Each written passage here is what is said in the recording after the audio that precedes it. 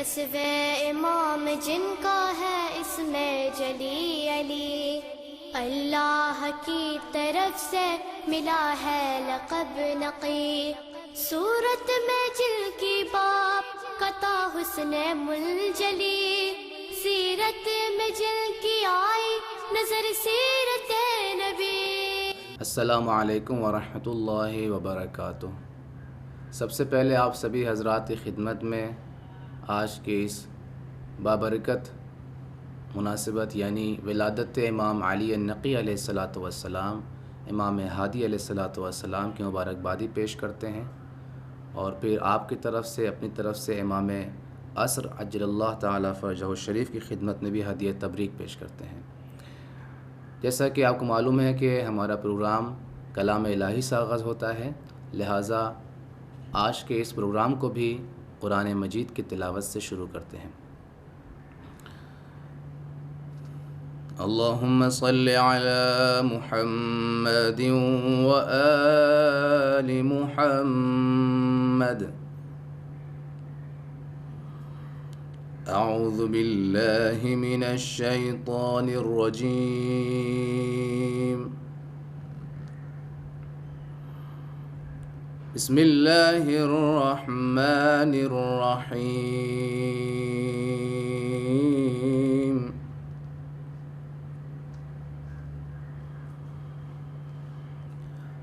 وقال الرسول یا رب إن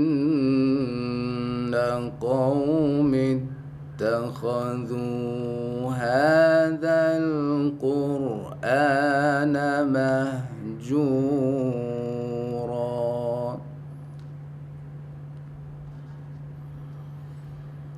وكذلك جعلنا لكل نبي عدوا من المجرمين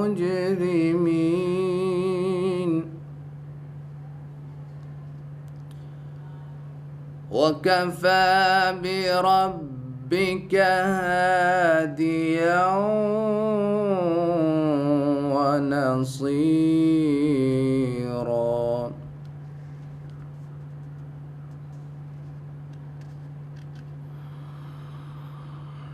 وقال الذين كفروا لولا نزل عليه القرآن جملة واحدة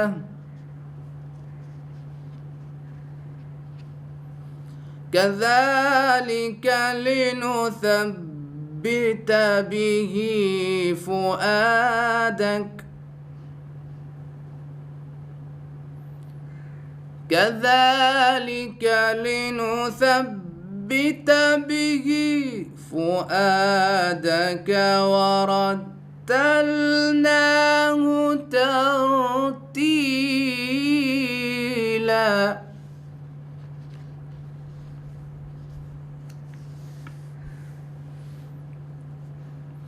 ولا يأتونك بمثل إلا جئناك بالحق وأحسن تفسيرا۔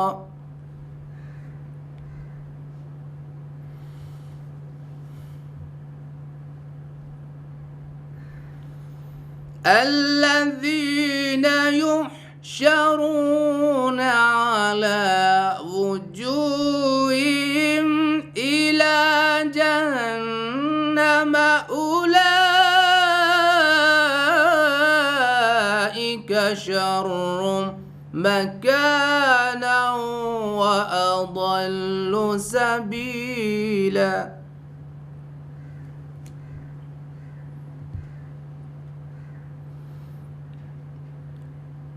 وَلَقَدْ آتَيْنَا مُوسَى الْكِتَابَ وَجَعَلْنَا مَعَهُ أَخَاهُ هَارُونَ.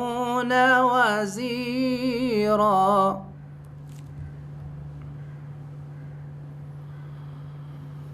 فقلنا اذهبا إلى القوم الذين كذبوا بآياتنا فدمرناهم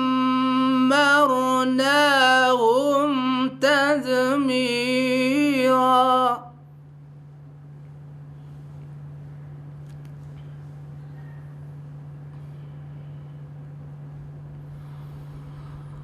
وقوم نوح لما كذبوا الرسل أغرقناهم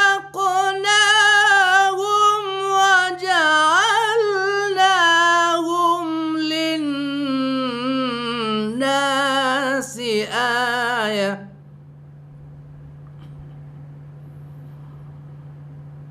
وأعتدنا للظالمين عذابا أليما. وعادا وثمود وأصحاب الرس وقرونا بين ذلك كثيرا. صدق الله العلي العظيم. اللهم صل وسلم وزد وبارك على رسول الله وآله الأطهار. على رسول الله وآله الأطهار. رب أعوذ بك من همزات الشياطين وأعوذ بك رب أن يحضرون. بسم الله الرحمن الرحيم. الحمد لله وسلام على عباده الذين اصطفى ولعنة الدائمة الباقية على أعدائهم أجمعين من الآن إلى قيام يوم الدين. أما بعد فقد قال إمامنا الهادي عليه الصلاة والسلام: الحسد ماحق الحسنات والزهو جالب المقت والعجب صارف عن طالب العلم داعي إلى الغمد والجهل والبخل ذم الأخلاق والطمع سجية سيئة. یہ شب ولادت امام علی النقی الہادی علیہ الصلاۃ والسلام کی تبریک و تہنیت آپ سب کی خدمت میں پیش کرتے ہیں، اور ہم سب کی طرف سے تمام علماء، مراجع، ولی فقیہ، بالخصوص وقت کے امام کی خدمت میں تبریک و تہنیت عرض کرتے ہیں۔ امام سے متعلق گفتگو کے آغاز میں جو بیسک معلومات ہے، سب سے پہلے اس پہ تھوڑی سی بات ہو جائے۔ آپ کی ولادت سے متعلق جو روایات ہیں، اس کی ولادت کی تاریخ سے متعلق، ایک 5 رجب المرجب اور ایک 15 ذی الحج۔ آپ کی ولادت کے سن میں بھی تھوڑا اختلاف ہے اور تاریخ میں بھی اختلاف ہے۔ 5 رجب کی بھی تاریخ ہے اور 15 ذی الحج کی بھی تاریخ ہے۔ شہادت کے متعلق بھی اختلاف ہے۔ 3 رجب کی بھی تاریخ ہے اور 26 جمادی الثانیہ کی بھی تاریخ ہے آپ کے شہادت کی۔ بالاخره ولادت کی جو 2 تاریخیں ہیں، ایک 5 رجب المرجب اور ایک 15 ذی الحج۔ یہ 15 ذی الحج آپ کی ولادت کی تاریخ ہے کہ جس کے اعتبار سے ہم لوگ آپ کی سیرت پہ گفتگو کرنے کے لیے بہرحال ایک چھوٹا سا قدم اٹھا رہے ہیں۔ آپ کے والد ظاہر 10ویں امام، تو آپ کے والد 9ویں امام امام محمد تقی علیہ الصلاۃ والسلام، اور آپ کی والدہ جناب سمانہ مغربیہ۔ القاب میں آپ کے نجیب، مرتضی، عالم، فقیہ، ناصح، امین، مؤتمن، طیب، نقی اور ہادی۔ 220 ہجری میں جب امام جواد علیہ الصلوۃ والسلام کی شہادت ہوئی تو اس وقت آپ کی عمر 6 یا 8 سال تھی، چونکہ ولادت کی ایک تاریخ 214 ہجری ہے ایک سن جو ایک روایت کے حساب سے، اور ایک روایت کے حساب سے 212 ہجری ہے۔ 212 ہجری کے اعتبار سے آپ کی ایج اس وقت 8 سال تھی، اور 214 ہجری والی روایت کے اعتبار سے آپ کی عمر اس وقت 6 سال تھی۔ مکمل آپ کی جو عمر گزری ہے، یعنی شہادت آپ کی جو اس بیچ جو پوری عمر ہے آپ کی، وہ تقریباً 40 یا 42 سال۔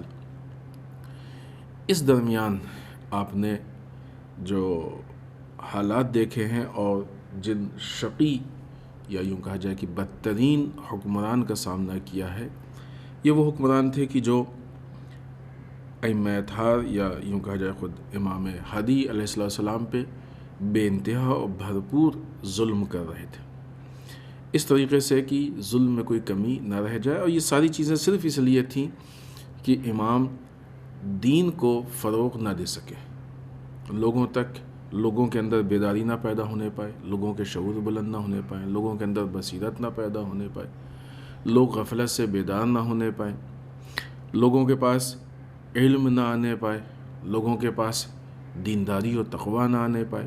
لہٰذا یہ اور کسی بھی امام کے زمانے میں جو حکمران کی سب سے بڑی پہل ہوتی تھی وہ یہ کہ وہ عوام اور امام کے بیچ میں یا عوام اور دین کے بیچ میں کھڑے ہو جاتے تھے، کیونکہ اگر عوام پبلک امام تک پہنچ جائے گی یا دین پبلک تک پہنچ جائے گا تو جو ان کی حکومت ہے، جو ان کا عہدہ ہے، جو ان کا اقتدار ہے، وہ کمزور پڑ جائے گا۔ لہٰذا وہ یہ چاہتے تھے کہ دینداری یا دین کے جو باتیں ہیں یہ لوگوں تک نہ پہنچنے پائیں، تاکہ وہ اپنے اقتدار کو، آج بھی جو اس طرح کے حکمران ہیں کہ جو اپنی عوام کو غفلت میں رکھ کے حکمرانی کر رہے ہیں، ان کی بھی یہی روش ہے، وہ نہیں چاہتے ہیں کہ حق بات یا حق چیزیں ان کی عوام تک پہنچنے پائیں، تاکہ ان کی عوام ان سے جدا نہ ہونے پائے اور اسی طریقے سے وہ بیوقوف بنا کے حکومت کرتے ہیں۔ در واقع یہاں پہ مسئلہ اور اس سے الگ تھا۔ ظاہر سی بات ہے کہ کسی بھی حکمران سے یا امام سے کوئی ذاتی اور پرسنل دشمنی نہیں تھی۔ امام جب عوام کے سپورٹ میں یا عوام کی محبت میں یا عوام تک دین کو پہنچانے کے لیے، ان کی اصلاح کے لیے قدم اٹھاتے تھے، تو ایسی صورت میں حکمران آ کے بیچ میں رکاوٹ بن جاتے تھے۔ تو جو سارا اختلاف اور جو مشکل تھی، جو پرابلم تھی، وہ اسی دین کو لے کے تھی، اور پھر وہ اس مقام تک پہنچتا تھا کہ حکمران آ کے امام کو شہید کر دیتے تھے یا ظاہر ہے کروا دیتے تھے، خود ڈائریکٹ کیا کریں گے کہ کبھی اکثر ائمہ وہ زہر سے قتل کیے گئے ہیں، لہٰذا وہ دھوکے سے ان کو زہر کسی نہ کسی طریقے سے کسی چیز میں ملا کے یا جو بھی راستے رہے ہوں اس طریقے سے زہر دیا گیا، جس کے نتیجے میں ائمہ کی شہادت ہوئی۔ لہٰذا یہ جو دشمنی تھی یہ دین کی بنیاد پہ تھی۔ امام کی نگاہ میں لوگوں تک دین کا پہنچنا اتنا اہم تھا کہ اگر ان کی جان بھی جاتی ہو تو چلی جائے، لیکن دین لوگوں تک پہنچنا چاہیے۔ اس حد تک دین کی قیمت تھی کہ اپنے جان کی بازی لگا کے، اور اگر آپ دیکھیں تو خود سرکار سید الشہداء مولا کائنات نے جو جان دی ہے، یا یوں کہا جائے کہ جو شہادت کے جام کو پیا ہے، تو اس کے پیچھے بھی مقصد یہی تھا، کوئی اور مقصد نہیں تھا کہ دین لوگوں تک پہنچ جائے۔ لہٰذا ائمہ کی نگاہ میں دین کا لوگوں تک پہنچانا اتنا اہم تھا۔ مقابلے میں حکمران کی نگاہ میں اپنے حکومت کو، اپنے اقتدار کو بچانا اتنا اہم تھا کہ پھر اس کے لیے امام کی بھی جان لے لیتے تھے، دین کو بھی اپنے حساب سے ظاہر یہ نہیں کہہ سکتے تھے کہ ہم بے دین ہیں، ہم دین کے خلاف ہیں، ہم کو اسلام نہیں چاہیے یا ہم اسلام کو ایکسیپٹ نہیں کرتے، پسند نہیں کرتے۔ تو جو چیزیں ایسی ہوتی تھیں کہ جن کو ناگوار لگتی تھیں، پسند نہیں آتی تھیں، اور ان کو ایسا لگتا تھا کہ ہمارے لیے مشکل ساز ہو سکتی ہیں، تو اس کو بدل دیتے تھے۔ اور اس طریقے سے پھر دین اسلام میں ایسی تبدیلی پیدا کر دیتے تھے کہ وہ دین ان کے لیے کارگر ہو جاتا تھا. لہذا ان کے لیے یہ حکمران کے لیے دین اتنا اہم نہیں تھا. حکمران کے لیے جو اس وقت کے سلاطین تھے ان کے لیے اقتدار اہم تھا، اپنی حکومت اہم تھی. امام کے لیے دین اہم تھا، اس دین کے لیے ہر طرح کی قربانی دینے کو تیار تھے. دوسری چیز بھی، حالانکہ اس کا وقت نہیں ہے، دوسری باتیں ہم آپ کی خدمت میں عرض کرنا چاہتے ہیں، لیکن ایک پوائنٹ میں عرض کرتے ہوئے چلیں کہ ان معاملات میں امام کبھی بھی اپنا جو صحیح راستہ ہے اس سے ہٹے نہیں، اپنے راستے سے باہر نہیں گئے. جو اللہ کا بتایا ہوا طریقہ تھا، جو اللہ کا بنایا ہوا نظام تھا، اس سسٹم پہ چلتے رہے. اگرچہ آپ کے سامنے ایسے آپشن رہے کہ تھوڑا بھی آؤٹ آف وے جا کے، تھوڑا بھی ادھر ادھر، نعوذ باللہ، البتہ امام کے لیے تصور بھی نہیں ہو سکتا ہے کہ ادھر ادھر جا کے اور اپنے جو بھی مقصد اس کو حاصل کر لیں. لیکن امام نے کبھی بھی ایسا نہیں کیا، ہمیشہ جو بھی اللہ کا بنایا ہوا راستہ تھا، کیونکہ جب راستہ انسان کا صحیح ہوتا ہے تو نتیجہ جو بھی ملتا ہے وہ صحیح ہوتا ہے.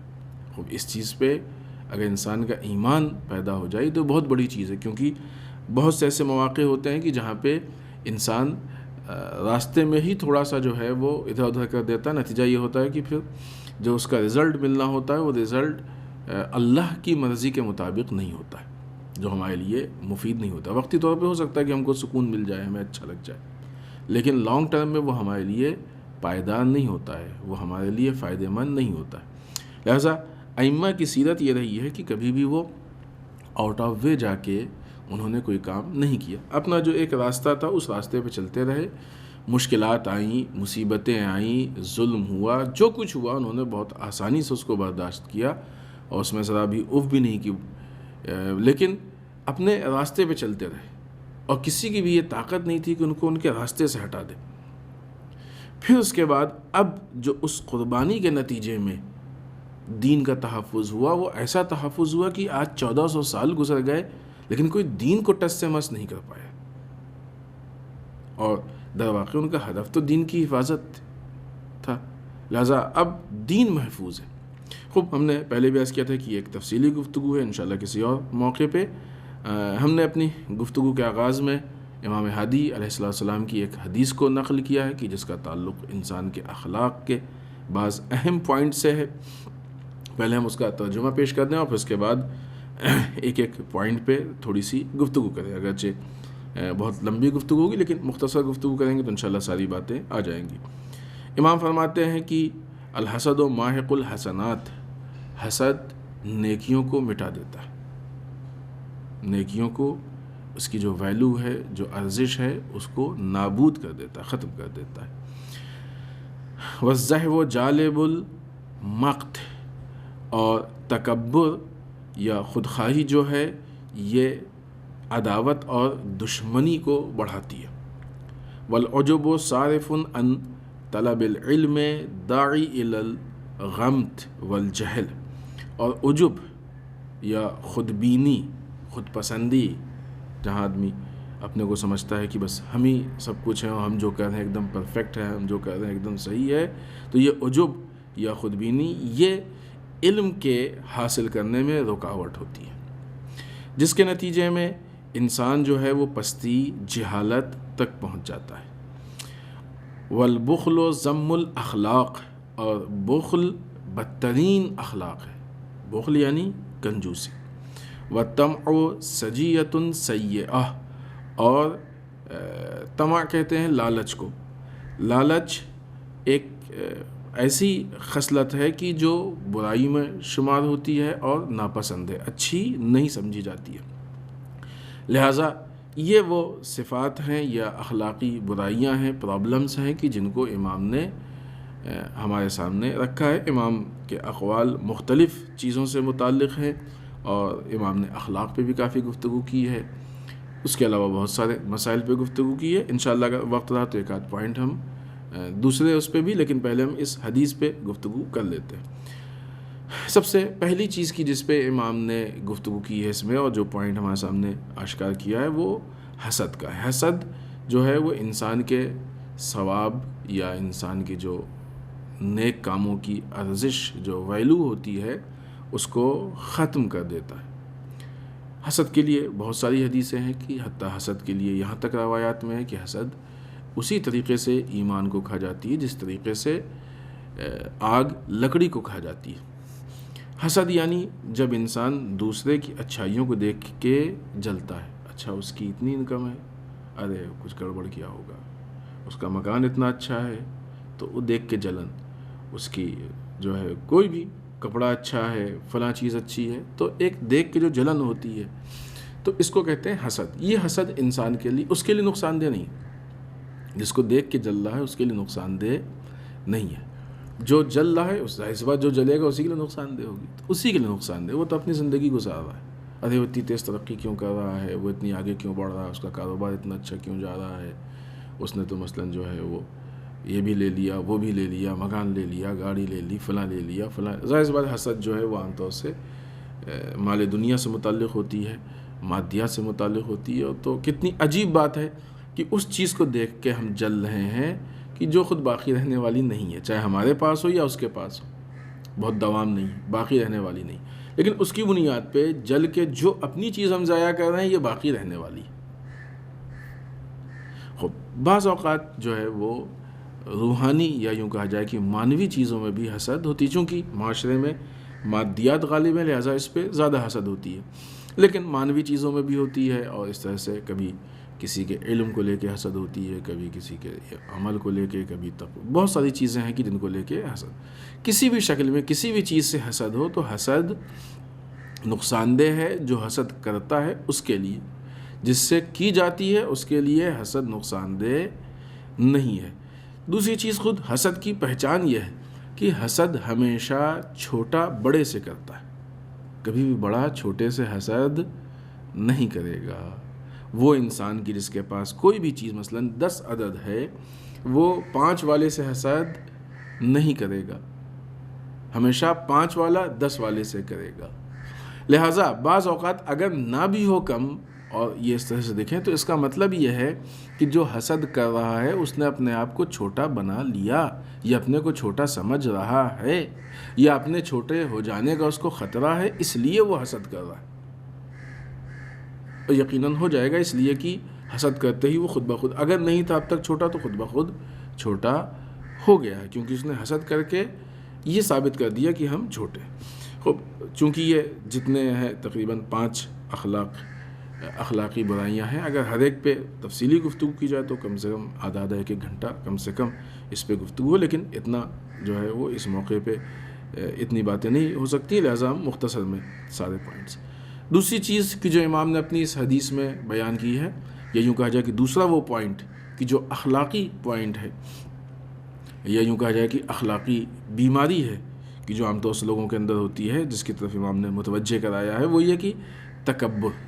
امام کہتے ہیں کہ تکبر یا خود خواہی یہ دشمن بناتی ہے، یہ یوں کہا جائے کہ انسان کے لیے دشمنی اور عداوت کو پیدا کرتی ہے اگر کسی کے اندر تکبر۔ کچھ بیماریاں ایسی ہیں کہ جن کے لیے سوچنا ہی نہیں ہے، وہ حتماً انسان کو کسی نہ کسی جہت سے ہلاکت کی طرف لے کے جاتی ہے۔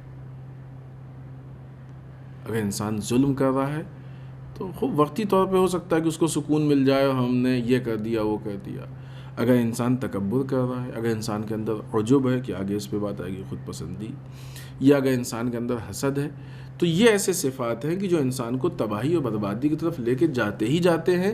یہ اور بات ہے کہ انسان کو سمجھنے میں ٹائم لگے، تباہ ہونے والا اس کو یہ سمجھنے میں ٹائم لگے کہ وہ تباہ ہو رہا ہے، یہ الگ چیز ہے، لیکن اس میں کوئی شک نہیں کہ یہ صفات ہوں، اور وہ ممکن ہی نہیں کہ وہ تباہ نہ ہو، حتماً تباہ ہوگا، برباد ہوگا، اس میں کوئی شک کی گنجائش ہی نہیں ہے۔ تو بہرحال دوسری صفت کی جس کی طرف امام نے متوجہ کیا ہے کہ جو بہت بری صفت ہے، وہ ہے تکبر۔ امام کہیں کہ تکبر لوگوں کے درمیان دشمنی پیدا کرتا ہے، یعنی اگر ایک انسان تکبر کرتا ہے تو اس کے دشمن زیادہ ہو جائیں گے، عداوت پیدا کرتا ہے، عداوت اس سے لوگ زیادہ کریں گے۔ انسان کو چاہیے کہ وہ انکساری سے لوگوں سے ملے، اور اس کے مقابلے میں کہ جب انسان انکساری سے ملتا ہے تو حتیٰ جو واقعی یعنی دشمن ہوتے ہیں جن کے پاس ریزن ہوتا ہے، مطلب ایک مرتبہ ایسے دشمن ہوتے ہیں کہ اگر ایک انسان تکبر کر رہا ہے اور تکبر کی بنیاد پر اس نے سخت باتیں کہہ دیں، سخت کوئی ایسا جو کہ جس کی ضرورت نہیں تھی، تو ظاہر سی بات ہے کہ ایک آدمی جس کو سامنے میں جو انسان ہے جس کو اس کا دشمن نہیں ہونا چاہیے تھا وہ ہو جائے گا۔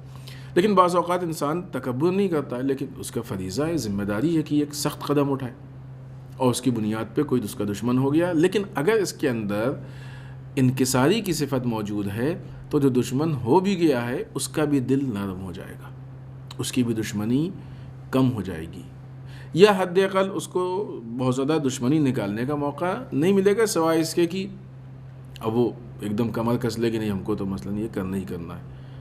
جب ظاہر ہے ائمہ کے ساتھ ایسا ہوا ہے تو عام انسان کی تو بات الگ ہے، تو ہوتے ہیں بعض اوقات ایسے افراد، لیکن یہ نسبتاً کم ہے۔ اگر انسان کے اندر تکبر ہو تو پھر وہ اس سے کئی گنا زیادہ اس کی دشمنی ہوگی۔ لہٰذا دوسری صفت جو تکبر ہے، امام کہتے ہیں اچھا کتنی عجیب بات ہے کہ جب امام نے یہ 5 اخلاقی برائیاں بتائی ہیں تو ان سب کے نتائج بھی بتائے کہ یہ برائی ہوگی تو اس کے نتیجے میں یہ خرابی، یہ نقصان ہوگا، یہ برائی ہوگی تو اس کے نتیجے میں یہ نقصان ہوگا۔ لہٰذا حسد کے نتیجے میں ہماری نیکیاں ضائع ہو جائیں گی، تکبر کے نتیجے میں ہمارے دشمنوں میں اضافہ ہو جائے گا۔ تیسری چیز کہ جو امام نے یہاں پہ اخلاقی جو برائی بیان کی ہے وہ یہ کہ عجب کہتے ہیں کہ جب انسان کے اندر خود پسندی آ جائے، بس اس کو ایسا لگے کہ ہم کو سب کچھ آتا ہے، ہم جو فیصلے لیتے ہیں وہ صحیح ہوتے ہیں، ہمارے فیصلے غلط نہیں ہوتے ہیں، غلطی کو اپنی ایکسیپٹ نہ کرے، یہ ہوتا ہے عجب، خود پسندی، یعنی خود کو پسند کر رہا، ہر حال میں خود پسند، خوب یہ غلط ہے، اخلاقی پرابلم ہے، بیماری ہے، اور یہ ایسی چیزیں جو انسان کو ہلاکت تک پہنچاتی ہے، ہلاکت تک لے کے جاتی ہے۔ اگر کسی کے اندر پرابلم ہے اور بالفرض اس کو ہلاکت نظر نہیں آ رہی ہے تو یہ اور بدترین حالات ہیں، اس کے ڈینجرس حالات ہیں، کیونکہ جتنی دیر میں یا تو اللہ ظاہر سی بات اس کو موقع دے رہا ہے کہ یہ اپنے کو سدھار لے، تو یا تو اس نے سدھار لیا تو بہت اچھا ہے، خوب سدھار لیا تو ظاہر سی بات ابھی جو کیا ہے اس میں سے جو اثرات ہیں وہ جب سامنے آئیں گے تو ان کو فیس کرنا پڑے گا، لیکن بالآخر اگر اس نے سدھار لیا ہے اور واپس آ گیا اپنی جگہ پہ تو یقیناً مزید جو آگے خطرات اور مشکلیں آنے والی ہیں ان سے وہ اپنے آپ کو محفوظ کر لے گا۔ لیکن اگر وہ اپنے آپ کو ان خرابیوں سے باہر نہیں نکال رہا ہے تو جتنی دیر میں ہلاکت آئے گی اتنی بدترین ہوگی، یا جتنی دیر میں اس کے جو مشکلات ہیں وہ اس تک پہنچیں گی وہ اتنی بدترین ہوں گی، اس کے لیے اتنی زیادہ نقصان دہ ثابت ہوں گی۔ لہذا عجب یعنی خود پسندی، خود بینی، کہ جب انسان کو ایسا لگے کہ ہم ایک دم جو ہے پرفیکٹ ہیں، صحیح ہیں، یہ انسان کے لیے رکاوٹ بن جاتی ہے حصول علم کے لیے۔ جب انسان کو ایسا لگتا ہے کہ ہم ایک دم پرفیکٹ ہیں، ہمیں کوئی کمی نہیں، تو ظاہر سی بات ہے کوئی چیز کیوں حاصل کرے گا؟ ہمارے جیسے طالب علم جب ہم پڑھنا چاہتے ہیں تو کیوں پڑھتے ہیں؟ ہمیں معلوم ہے کہ ایک علم کا سمندر ہے، ایک بہت کثیر مقدار میں علم ہے جو ہمارے پاس نہیں ہے، اور جو ہمارے پاس اگر ہے تو وہ تھوڑا بہت ہے، بہت معمولی سا ہے، بہت ہی مختصر سا ہے، جس کی اس علم کے مقابلے میں کوئی حیثیت ہی نہیں ہے۔ لیکن اگر خدا نخواستہ یہ تصور پیدا ہو جائے کہ جو ہمارے پاس علم ہے بہت سا ہے اور اس کے بعد اب تو کسی چیز کی ضرورت ہی نہیں، تو کیوں پڑھیں گے ہم کو پڑھنے کی ضرورت نہیں محسوس ہوگی۔ جب نہیں ضرورت محسوس ہوگی تو خود جو یہ علم کا سلسلہ آ رہا ہے یہ منقطع ہو جائے گا، رک جائے گا، دروازہ بند ہو جائے گا۔ البتہ اس کا مطلب یہ نہیں کہ جو علم کی بات ہے وہ ہمارے جیسوں سے ہو، طالب علموں سے یا اہل علم اور نہیں، علم کی ضرورت تو ہر ایک کو ہے، ہر آدمی کو علم حاصل کرنا چاہیے، اور ہر آدمی علم حاصل کرتا ہے، کچھ نہ کچھ ہر آدمی کو روز علم حاصل کرنا چاہیے، اس کے حیات کی علامت ہے، زندگی کی علامت ہے۔ اگر نہیں علم حاصل کر رہا ہر روز کچھ نہ کچھ تو انسان پھر وہ اپنے زندہ ہونے کا ثبوت نہیں دے پا رہا ہے۔ اور نہ ہی یہ کہ صرف جو ہے یہ دین سے متعلق یا جسے ہم علم اور ایجوکیشن کہتے ہیں یہی، بلکہ دنیاوی جو معاملات ہوتے ہیں اور جو دنیاوی اس میں بھی انسان کو روز کچھ نہ کچھ معلوم ہوتا ہے۔ لیکن اگر انسان کے اندر عجب پیدا ہو جائے گا تو پھر ظاہر کسی کی بات نہیں سنے گا، وہ کیا بولتا ہے، ہمیں معلوم ہے نا، ہم سب جانتے ہیں، چھوڑو اس کو، اس کی کیا اوقات ہے، اس کی کیا حیثیت ہے، ہم بہتر جانتے ہیں نا، ہم بتا رہے ہیں ایسا۔ تو یہ چیزیں پھر رکاوٹ بن جاتی ہیں حصول علم کے لیے۔ علم کو حاصل کرنے کے لیے۔ خوب علم کے حاصل کرنے میں اگر رکاوٹ ہو جائے گی تو پھر کیا اس کا نتیجہ ہوگا؟ اس کا نتیجہ پستی ہے۔ علم کمال ہے، جہالت پستی ہے۔ جب علم نہیں حاصل کرے گا انسان تو جاہل ہو جائے گا، جاہل یعنی پستی کی طرف جائے گا۔ تو علم نہ حاصل کرنے کے نتیجے میں نادانی ہے، جہالت ہے کہ جو انسان کو پستی تک لے جاتی، انسان کو پست کر دیتی۔ خود علم سے متعلق بہت زیادہ آیات ہیں اور روایات ہیں، یعنی ایک ایسا موضوع ہے کہ جس پہ جتنی گفتگو کی جائے وہ کم ہے، ایک طولانی۔ تو علم ایک ایسی چیز ہے کہ ہمیشہ انسان کو علمی معاملات میں سرگرم رہنا چاہیے، علم حاصل کرنے کی کوشش کرتے رہنا چاہیے۔ خوب اس سے زیادہ ہم اس پہ بھی گفتگو نہیں کریں گے۔ اب جو اگلی صفت امام نے یعنی اخلاقی برائی بتائی ہے وہ ہے بخل۔ بخیل ہونا جو ہے یہ بدترین اخلاق ہے۔ بخل کسے کہتے ہیں؟ بخیل کسے کہتے ہیں؟ بخل کہتے ہیں کنجوسی کو، بخیل کہتے ہیں وہ انسان جو کنجوس ہے۔ بعض اوقات ہم لوگ جو ہے وہ اس کو تو کنجوس کہہ دیتے ہیں کہ جو مثلاً کسی کو 10 20 50 روپے نہیں دے رہا ہے، ایک ٹائم کا کھانا نہیں دے رہا ہے۔ دیکھیں یہ بخل بھی نسبتاً ہے۔ ایک انسان کی حیثیت بڑی ہے تو اس کو چاہیے کہ معاشرے کی بڑی ضروریات کو پورا کرے، اور اگر نہیں کر رہا ہے اور چھوٹے موٹے میں کام چلانے کی کوشش کر رہا ہے تو وہ بھی اس لیول پہ بخیل ہے۔ یہ اور بات ہے کہ وہ چھوٹے موٹے ایک بڑا کام کرنے کی بجائے 4 چھوٹے کام کر کے پھر بھی اپنے پیسے کو بچا لیتا ہے، معاشرہ بھی کہتا ہے ماشاءاللہ بہت سخی ہے، اس نے 4 لوگوں کو دیا ہے۔ بخل، بخیل یعنی جہاں پہ انسان کو خرچ کرنا چاہیے، البتہ دینے کا مطلب کہ دوسرے کو دے صرف یہی نہیں ہے، اور بھی بخل میں دوسرے موارد آتے ہیں۔ انسان کو جہاں پہ خرچ کرنا چاہیے وہاں پہ خرچ نہ کرے، ہاتھ کو روک لے، اس کو کہتے ہیں بخل، اور ایسا کرنے والے کو بخیل کہتے ہیں۔ بخل یعنی کنجوسی، بخیل یعنی کنجوس انسان۔ تو جو بھی انسان یہ کرتا ہے وہ کنجوس کا انسان یہ کام کرتا ہے۔ بخل سے بھی بدتر ایک صفت ہوتی ہے، وہ اور بدتر ہوتی ہے، لیکن بہرحال اگر انسان بخل سے اپنے آپ کو نہیں بچائے گا تو اخلاقی بیماریوں کے اثرات ایسے ہوتے ہیں کہ جب انسان اگر ان سے اپنے آپ کو نہیں بچائے تو پھر دوسری بہت ساری بیماریاں اس کے اندر پیدا ہونے لگتی ہیں۔ لہٰذا بخل ہونا کسی کے اندر یا کسی کا بخیل ہونا یہ بدترین اخلاق ہے، اخلاقی اعتبار سے یہ برا انسان ہے کہ جہاں پہ اس کو پیسہ خرچ کرنا چاہیے وہاں پہ نہیں کر۔ اگرچہ اس کے مقابلے میں اسراف کی بھی مذمت کی گئی ہے، اسراف بھی بری چیز ہے، یعنی فضول خرچی، جس جگہ پہ نہیں خرچ کرنا چاہیے وہاں پہ خرچ کرنا، جہاں جو نہیں خرچ کرنا چاہیے وہ یعنی حد سے زیادہ خرچ کرنا، یہ ساری چیزیں جو ہیں یہ برائیوں میں آتی ہیں، اس سے بھی انسان کو بچنا چاہیے۔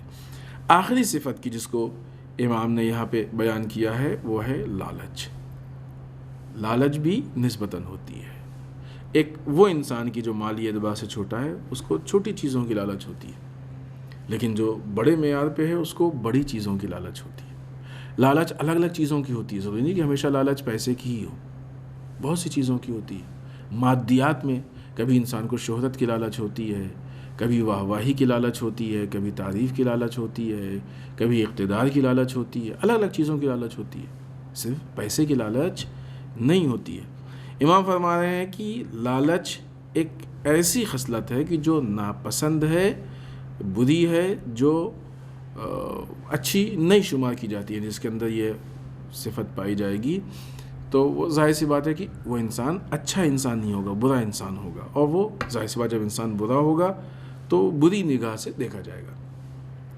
ان صفات کا مسئلہ یہ ہے کہ جب انسان کے اندر یہ صفات آ جاتے ہیں تو انسان کو خود احساس نہیں ہوتا ہے، ہمارے اندر تکبر آ گیا، ہمارے اندر عجب۔ اس کے لیے طریقہ یہ ہے کہ انسان اپنے آپ کو جو اس کی علامتیں ہیں اس کی بنیاد پہ ٹیسٹ کرتا رہے۔ میڈیکل اعتبار سے بہت ساری بیماریاں ایسی ہوتی ہیں کہ انسان کو خود نہیں معلوم ہوتا ہے، پھر جا کے انسان کو ٹیسٹ کرانا پڑتا ہے، پھر رپورٹ آتی ہے کہ یہ بیماری آپ کے اندر ہے کہ نہیں۔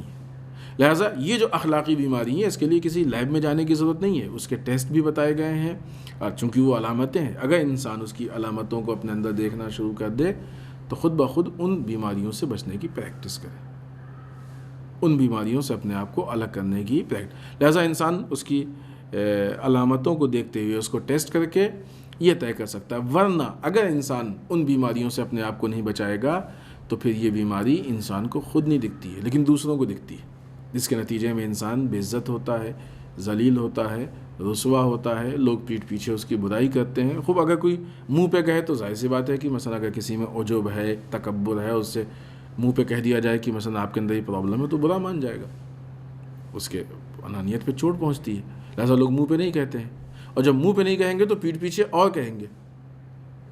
بالآخر لوگ بات تو کرتے ہیں، اگرچہ غلط ہے، غیبت ہے، جو بھی ہو، لیکن بہرحال اگر لوگ منہ پہ نہیں کہیں گے تو پیٹھ پیچھے اور بات کریں گے، جس کے نتیجے میں سوائے اس کے کہ رسوائی ہو، سوائے اس کے کہ انسان کی ذلت ہو، کوئی اور چیز اس کو نہیں حاصل ہونے والی.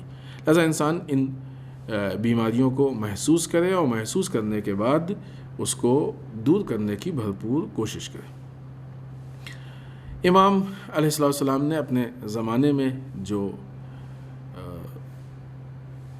کام انجام دیے ان میں سے ایک بہت اہم یہ کہ جو منصب امامت کے حقوق ہیں ان کے متعلق گفتگو کی ہے، جس کے نتیجے میں خود بہت عظیم ترین زیارت یعنی زیارت جامعہ کی زیارت جامعہ در واقع معرفت امام کے لیے ایک بہترین سلیبس ہے.